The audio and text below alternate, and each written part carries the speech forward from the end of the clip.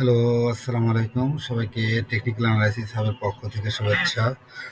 আ আমরা মার্কেট নিয়ে আসলে সবাই খুবই প্যানিক সিচুয়েশন ফেস করছে। আমরা জানি যে মার্কেট টানা প্রায় আজ ৯ দিন হলো ডাউন ট্রেন্ডে রয়েছে এবং আমরা জানি যে মার্কেট আরএসআইও কিন্তু ৩০ এর নিচে এখন। তো সেক্ষেত্রে আসলে মার্কেট নিচে যাওয়ার খুব বেশি সুযোগ নাই। তারপরেও আসলে সবাই খুবই প্যানিক একটা সিচুয়েশন ফেস করছে, কারণ মার্কেট আসলে পড়তে পড়তে এখন যে পর্যায়ে গিয়ে দাঁড়িয়েছে আসলে এর নিচে যাওয়ার মতো সুযোগ না থাকলেও আপনারা দেখতে পাচ্ছেন মার্কেট আরএসআই। আমরা যদি এখন ডিএসই ইন্ডেক্সের মার্কেট আরএসআই দেখি, সেটা কিন্তু অলমোস্ট 20। এটা মানে আসলে মানে এতটাই কম যে নিচে আমরা যাওয়ার কিন্তু খুবই অবস্থা খুবই কম দেখতেছি। যে এর আগে কিন্তু মার্কেট আরএসআই যখনই 20 এসেছে, এরপরেই কিন্তু সে ইউটার্ন নিয়েছে। যার কারণে আপনারা যারা এখন খুবই প্যানিক সিচুয়েশন ফেস করছেন তারা অবশ্যই দেখতে পাচ্ছেন যে মার্কেট কিন্তু এখানে সাপোর্ট লেভেলে রয়েছে। উইকলি চার্টে আমরা দেখতে পাচ্ছি 33 আরএসআই এখানে একটা সাপোর্ট রয়েছে। আর ডেইলি চার্টে আমরা দেখতে পাচ্ছি, ডেইলি চার্টেও কিন্তু এই লেভেলটাই কিন্তু একটা সাপোর্ট জোন আরএসআই অনুসারে।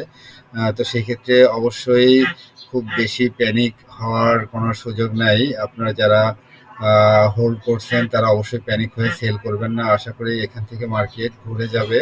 তো সেই ক্ষেত্রে আমরা যদি ডিএসির চার্ট দেখি, সেক্ষেত্রে এখানে আপনারা দেখতে পাচ্ছেন যে এই লেভেলটা ৪,৮৮৮, এই লেভেলটাতে কিন্তু একটা স্ট্রং সাপোর্ট জোন। তো সেক্ষেত্রে এর নিচে যাওয়ার কিন্তু স্কোপ খুবই কম। আর বর্তমান যে ডিএসির যে ইন্ডেক্স রয়েছে সেটাও কিন্তু একটা সাপোর্ট এরিয়া। আপনারা দেখতে পাচ্ছেন এই লেভেল থেকে কিন্তু মার্কেট একটা বড় ইউটার্ন নিয়েছিল। এইটা আমরা দেখতে পাচ্ছি এখানে একটা সাপোর্ট জোন রয়েছে। এটা ছিল জুন মাসে, অর্থাৎ 2024-এর জুনের 12 তারিখে এই লেভেলে ছিল। এখান থেকে কিন্তু একটা বড় ইউটার্ন নিয়েছে। তো সেই ক্ষেত্রে আমরা এখান থেকে আশা করি যে মার্কেট ঘুরে যাবে। এটা যদি ভেঙে যায় তাহলে হয়তো এই লেভেলটা হতে পারে তার সাপোর্ট জোন 4,890। তো যাই হোক, এখন যদি মার্কেট আরএসআই খুবই মানে লো লেভেলে রয়েছে, সেক্ষেত্রে আশা করা যায় এটা অবশ্যই একটা ওভারসোল জোন। সেক্ষেত্রে এখান থেকে মার্কেট ঘুরে যাবে আশা করা যায়। তাই অবশ্যই প্যানিক হবেন না, ইনশাল্লাহ এখান থেকে মার্কেট ঘুরে যাবে। আমরা যদি এখানে ম্যাকডি দেখি, ম্যাকডি আমরা দেখতে পাচ্ছি যে ম্যাকডি কিন্তু পরপর 2 দিন সেম লেভেলে ম্যাকডির হিস্টোগ্রামের লেন্থ ছিল এবং গত আজকের যে লেন্থ সেটা আমরা দেখতে পাচ্ছি 24 তারিখে কালার কিন্তু চেঞ্জ হয়ে আসছে এবং ম্যাকডির যে লেন্থ সেটা আশা করা যায় গতকালকের চেয়ে ছোট হবে।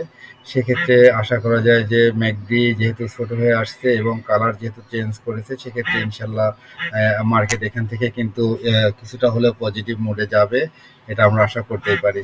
এখন আমরা যদি আসি কিছু শেয়ার নিয়ে কথা বলতে, এর মধ্যে আমরা কেপিপিএল শেয়ারটি নিয়ে কথা বলবো। কেপিপিএল শেয়ারটি নিয়ে কথা বলবো।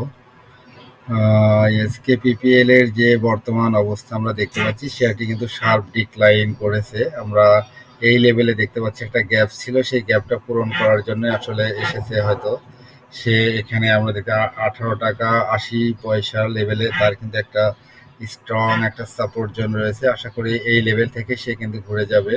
আজকে এবং গতকালকে আমরা যেটা দেখতে পেয়েছি যে একটা বড় বড় ক্যান্ডেলে কিন্তু শেয়ারের সেল ভলিউমও দেখতে পাচ্ছি এবং প্রাইসের যে ক্যান্ডেলগুলো সেই ক্যান্ডেলগুলো ফুল বডি ক্যান্ডেল এবং প্রায় 3টা ক্যান্ডেল খুবই বাজে ক্যান্ডেল হয়েছে আমরা দেখতে পাচ্ছি।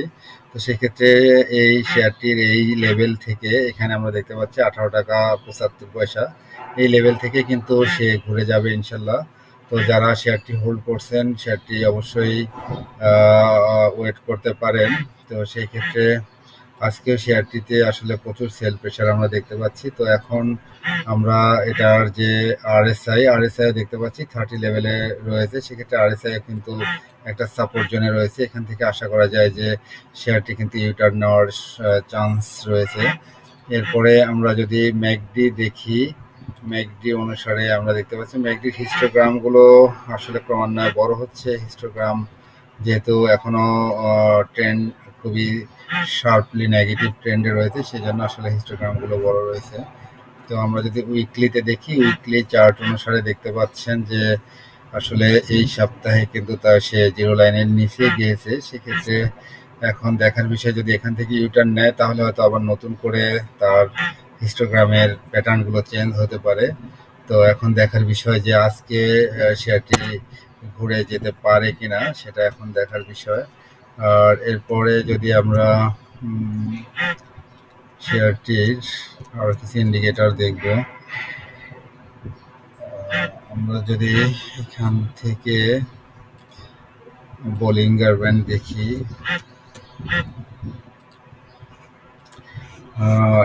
বোলিঙ্গার ব্যান্ডের যে লোয়ার ব্যান্ড সেটাকে কিন্তু ক্রস করে নিচে নেমে গিয়েছে, সেটা অবশ্যই নেগেটিভ। এখন আসলে মূল সাপোর্টের জায়গা কিন্তু এখানে।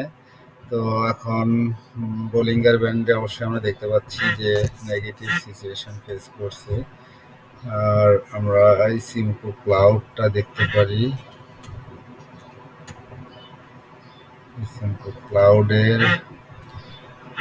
ক্লাউডের ডেইলি চার্টে আমরা দেখতে পাচ্ছি যে ক্লাউড কিন্তু ভেদ করে ক্লাউডের নিচে নেমে গিয়েছে। সেক্ষেত্রে এখন 21 টাকা, এটা আবার তার একটি স্ট্রং একটা রেজিস্ট্যান্স পয়েন্ট হয়ে দাঁড়াবে। সেক্ষেত্রে আসলে আজকের উপর ডিপেন্ড করছে। শেয়ারটি আজকে যদি ইউটার্ন নিয়ে ঘুরে যেতে পারে তাহলে আবার পজিটিভ মুডে সে হয়তো যাবে।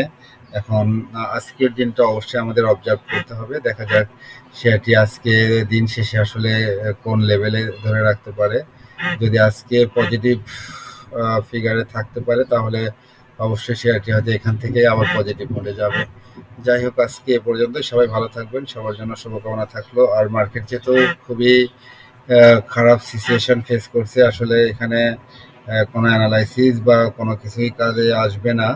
তো সেক্ষেত্রে আসলে বর্তমান যে সিচুয়েশন বিরাজ করছে এটা আসলে অনেকটাই পলিটিক্যাল বা অনেকটা সাজানো বলা যায়। বর্তমান কমিশন যেহেতু সবাই পদত্যাগের জন্য আবেদন করেছে বা একটা আওয়াজ তুলেছে, সেক্ষেত্রে হয়তো ওনার পদত্যাগ ছাড়া আসলে মার্কেট আর ভালো হবে কিনা সে ব্যাপারে যথেষ্ট সন্দেহ রয়েছে। তো এটাই হলো বিষয় আলটিমেটলি।